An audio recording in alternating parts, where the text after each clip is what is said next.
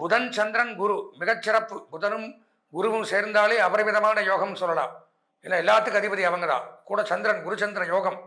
இவங்க 3 பேரும் தங்களுக்கு சாதகமாக இருந்தால் விளையாட்டுத் துறையில் இருக்கக்கூடியவர்களுக்கு அபரிமிதமான யோகங்கள், பலவிதமான வாய்ப்புகள் நம்மளை தேடி வரக்கூடிய அமைப்பு அப்படிங்கிறது உண்டாகும். குரு பகவான் வக்ரகதியில் இருக்கார், அதுவும் நன்மை. புனர்பூச நட்சத்திரம் கடகராசியாக இருந்தால் கொஞ்சம் அவசியம் ஜாதகத்தை பார்க்கணும். ஒவ்வொரு நட்சத்திரக்காரர்களும் ஒவ்வொரு தசையில தான் பிறப்போம். இந்த தசையில பிறப்பா அப்படிங்கிறது கணக்கு. அந்த தசா புத்தி தான் பேசுது.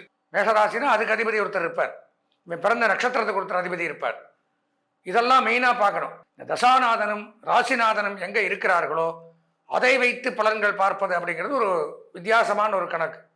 இது முழுக்க 100% அவரவர்களுக்கு இண்டிவிஜுவலாக நன்மையை தரும்.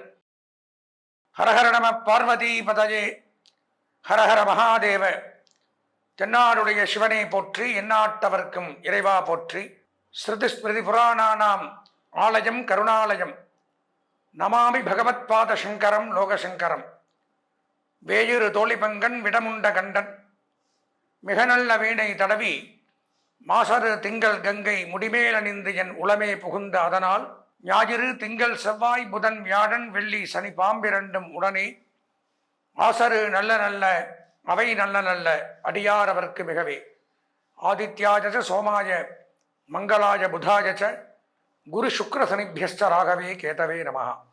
அன்பார்ந்த எங்களுடைய டிவோட்டினேஷன் தொலைக்காட்சி நேயர்களுக்கு உங்களுடைய ஜோதிட ஆச்சாரியர் ஜோதிட குரு சிவஸ்ரீ டி சரவண மாணிக்க சிவாச்சாரியர், முதல்வர் வேத சிவ ஆகம குருகுலம், சங்கரமடம், காஞ்சி காமகோடி பீடம், காஞ்சிபுரம். அலைபேசி 9865098370 9865098370. அடியனுடைய பணிவான வணக்கங்கள் மற்றும் ஆசீர்வாதங்கள்.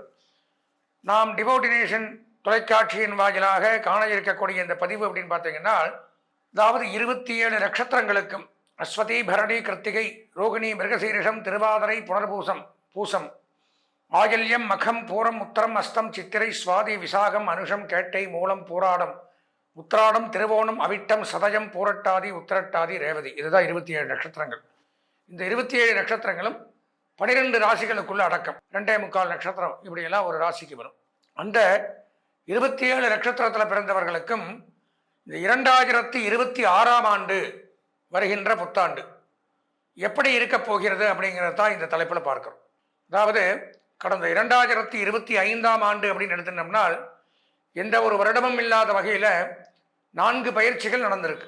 சனி பயிற்சி நடந்திருக்கு, குரு பயிற்சி நடந்திருக்கு, ராகு கேது பயிற்சி நடந்திருக்கு.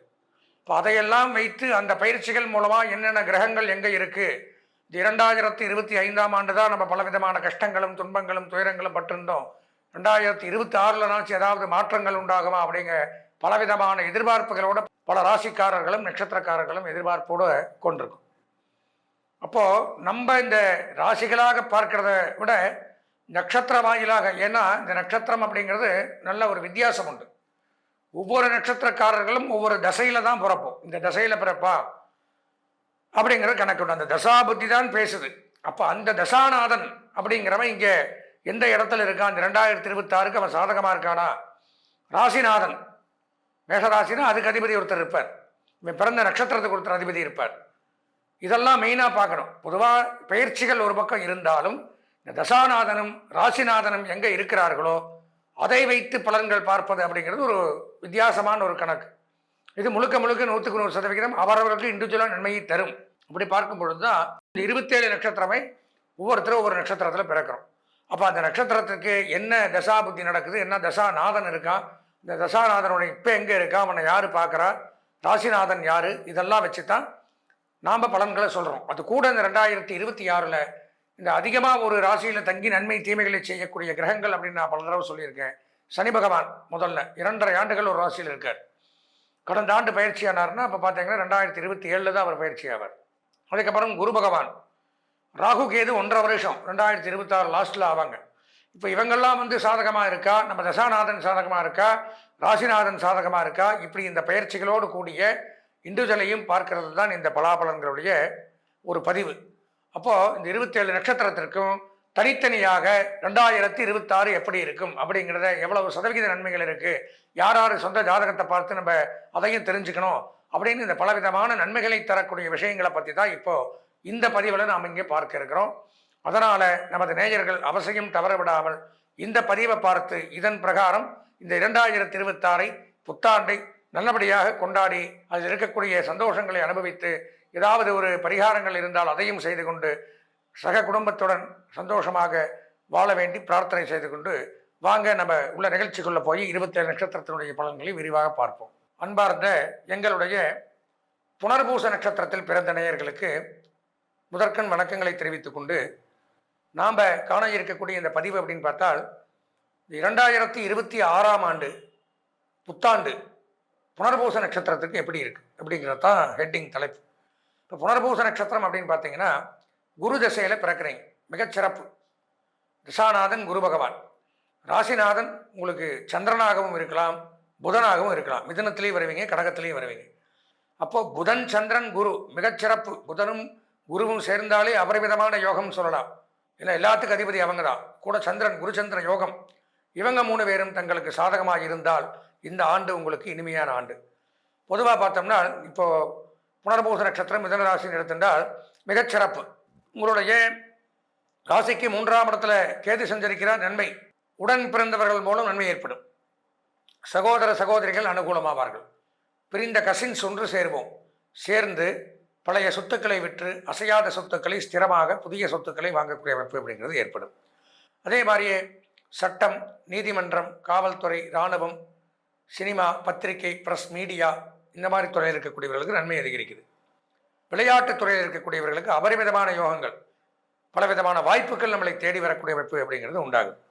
குரு பகவான் வக்ரகதியில் இருக்கார், அதுவும் நன்மை. பொன் வாங்கலாம், பொருள் வாங்கலாம், ஆடைகள் வாங்கலாம், ஆபரணங்கள் வாங்கலாம், வீடு கட்டலாம், திருமண பேச்சு கைகூடும், தடைபட்டு வந்த திருமணங்கள் நிச்சயிக்கப்படும். அதே சமயம் புனர்பூச நட்சத்திரம் கடகராசியாக இருந்தால் கொஞ்சம் அவசியம் ஜாதகத்தை பார்க்கணும். ஏன்னா சனி பகவான் அப்படிங்கிறவர் அஷ்டமச்சனியாக இருக்கார், குரு 12ல் விரயஸ்தானத்தில் இருக்கார், ராகு கேது குலத்திரஸ்தானத்தில் இருக்கிறதுனால புனர்பூச நட்சத்திரம் கடகராசினா கண்டிப்பாக சுய ஜாதகத்தை பாருங்கள், அப்போ தான் முழுமையாக தெரிஞ்சுக்க முடியும். அப்புறம் பார்த்தீங்கன்னா புனர்பூச நட்சத்திரம் மிதுன ராசியாக இருந்தீர்களானால் ராசிக்கு 6ஆம் இடத்துல சூரியன், செவ்வாய், புதன், சுக்கிரன் சேர்க்கை மிகச்சிறப்பு. நன்மைகள் சற்று கூடுதலாக உண்டாகும். தகப்பனார் வழி சொத்துக்களில் இருந்து வந்த வெள்ளங்கம் விவகாரங்கள் விலகும். ஹிருதய சம்பந்தமான நோய் யாருக்கா இருந்தால் அதிலிருந்து முழுமையாக வெளியில் வந்துடலாம். அதே மாதிரியே பார்த்தீங்கன்னா நான் சொல்கிற மாதிரி வரித்துறை, உயர்கல்வித்துறை, பத்திரப்பதிவுத்துறை, குடிமைப்பொருள், உணவு சம்பந்தமான தொழில், ரேஷன் பொருட்கள், இந்த மாதிரி இதெல்லாம் அதில் பணியாற்றக்கூடியவர்களுக்கு நன்மை அப்படிங்கிறத எடுத்துக்கலாம். அதுபோக அரசாங்க தலைமைச் செயலகம்னு சொல்கிறோம்ல, செக்ரட்டரியேட், அங்கே பணியாற்றக்கூடியவர்களுக்கு அந்தந்த துறையில், ஒவ்வொரு துறை எத்தனையோ துறை இருக்கும், அந்தந்த துறையாக இருந்தாலும் அதில் பணியாற்றக்கூடியவர்களுக்கு நன்மை. தலைமையிடத்து வேலை செய்பவர்களுக்கு நன்மை அப்படிங்கிறது ஏற்படுங்க. சூரியன் இருக்கிறதுனால மிகச்சிறப்பு. பெரிய பெரிய மனிதர்களின் சந்திப்பு கிடைக்கும். புதிய நட்புகளால் பல ஆதாயங்கள் அப்படிங்கிறது உண்டாகுது. வெளியூர் பிரயாணங்கள் நன்மையை தரும். திருமண யோகம் ஏற்படுது.